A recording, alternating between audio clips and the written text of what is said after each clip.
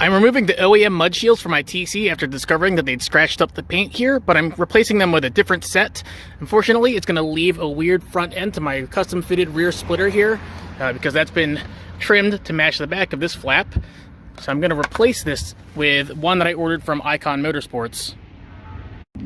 Past the bubble wrap is a single package with both splitters just sitting inside, and it also has some mounting hardware here.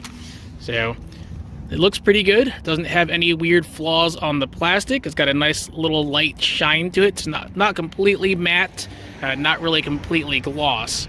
So it looks like it's going to reuse one of the holes on the front here. If we look underneath the car, you can see there's a plastic clip here. It's probably going to reuse that.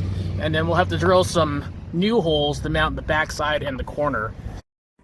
Let's take a look at the hardware that comes with the splitters. I don't know if the quality is for them, so I'm going to go ahead and just reuse my stainless steel screws for my old splitter. You can definitely use the self-tapping screws to aid in the installation process, though. Now, I do see a pair of nuts, bolts, and washers in here that were intended to hold the front of the splitter in place through that existing hole under the bumper, but I'm going to go ahead and just reuse the current trim clip that's in there instead.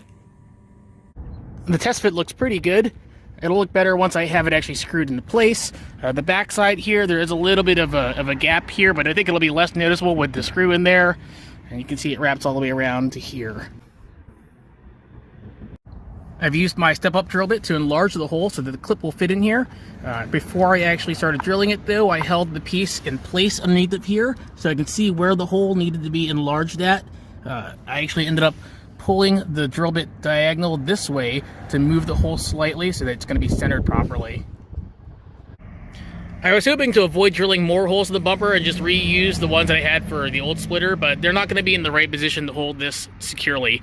So if you flip your new splitter upside down, you'll see 4 markings for holes 1, 2, 3, 4. Go ahead, drill those out, and then mount the front first with a clip, and then position this where it's going to be nice and flush on the back and the sides, and then drill a hole up from underneath.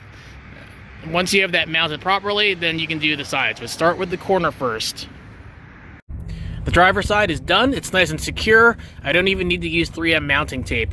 Unfortunately, I discovered that my clear coat is starting to peel over here, and as I look at it more closely, it looks like someone did touch-up work on here before it got delivered to the dealership, because I bought this brand new in 2016.